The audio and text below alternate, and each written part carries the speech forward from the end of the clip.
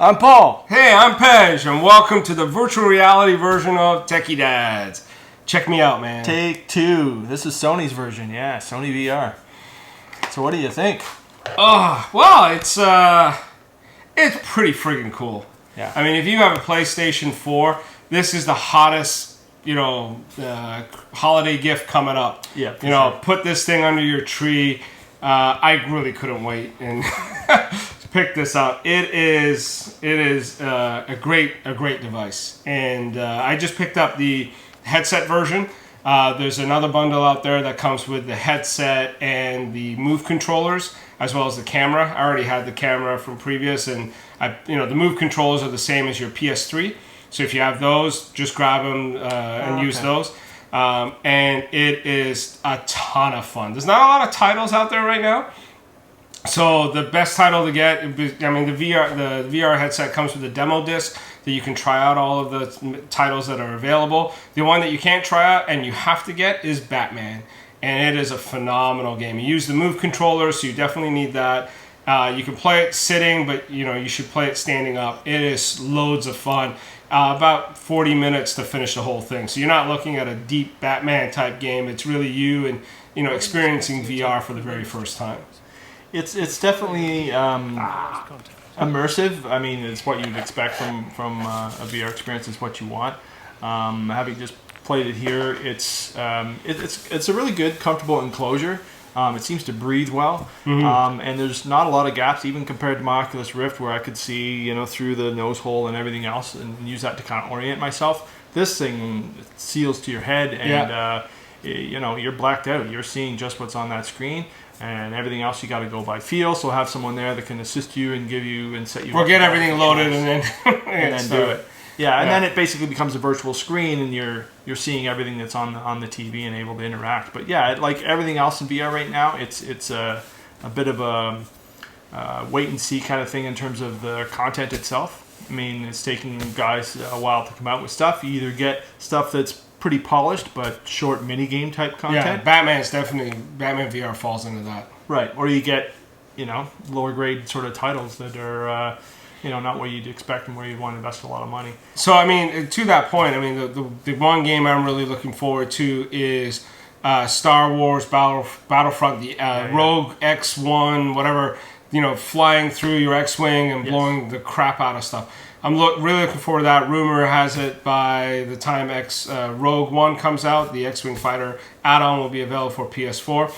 Bad point on that one is I have to buy Battlefront again for my PS4 versus on the Xbox, but I'm really looking for that. You can get that pretty cheap now. The other one was Star Trek, Fleet, the Bridge Commander. I think that's exclusive too. I think both of those are. That is, but I heard Ubisoft pushed that one out until next year.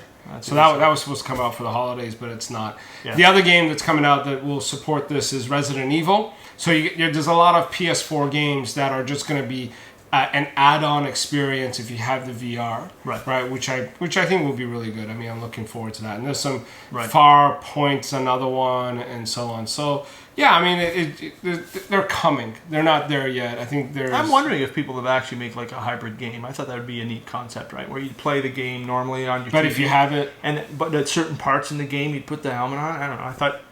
No, I really didn't want it on. It'd be a shooter, and then you'd go in your aircraft and shoot. I always thought that's kind of a neat promise. Speaking of aircraft, so I had Eve. You have Eve on the Oculus. Yeah.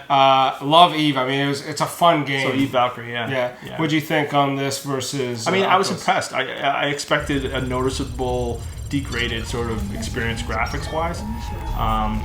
I didn't notice that. Maybe just the same game, so I'm seeing the same sort of asteroids and everything else from the map. Right. And no lag in terms of moving my head around and so on. So I think because this game has been around a while, those guys are really good at optimizing it. So I think they optimize for that platform, and because of that, it's really good. It's a great game. I think it's one of the top 5 titles out there for VR in general. And if you play it standing up, which I normally don't do, it's a little. It's weird, right? Because the motion and stuff. Yeah. I prefer a swivel chair or something like that. But it's a good title, and I think there's a lot of promise there for what PlayStation's going to have the broadest user base for VR. This was, I mean, initially. the price point is pretty good. Still expensive. It's $500, where you can buy the console for like $350, right? If you don't have the console, you're going to need one. But and you need your own headphones. I mean, it comes with little earbuds. You should probably mention that. I was a little surprised that, if you wanted some decent. Well, so the thing that works here is it comes with everything that you need to get going, which is nice. So if you don't have headphones, it comes with a pair of headphones.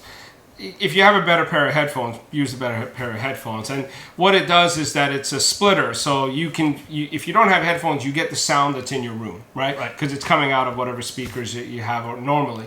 But and that allows other people in the room to participate, or at least see what you're doing and hear what you're doing. Right. But if you have your own pair of headphones, I mean, I got the over-the-ear ones, and they're just it's good. You get it's very immersive. Spatial. I mean, sound is half of it for sure. Right. Oculus has spent that much time on getting sound right because it can throw you off if it's not. If you have a PS4, this is the #1 device to get. And if you're looking to get into VR, and you don't have a PC, which I think is the current limitation right now, this is, everything's in a box, you plug it in, ready to go.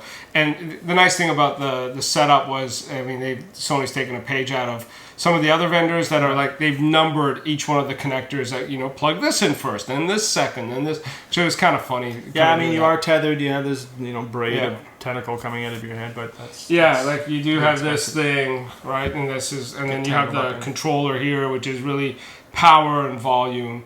So that's about the only thing that you don't notice that I don't like, but the rest of it is pretty good. This thing feels pretty sturdy. It's very comfortable. I was surprised. So, and I think a lot of people have talked about the ergonomics of that, even compared to the Rift and Vive that use straps.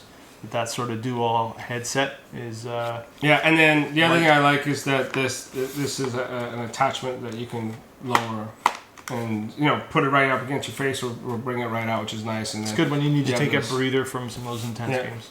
Which is nice. Yeah. So, get one. You'll love it. It's coming. Big thing for the holidays for sure. I'm Pej. I'm Paul.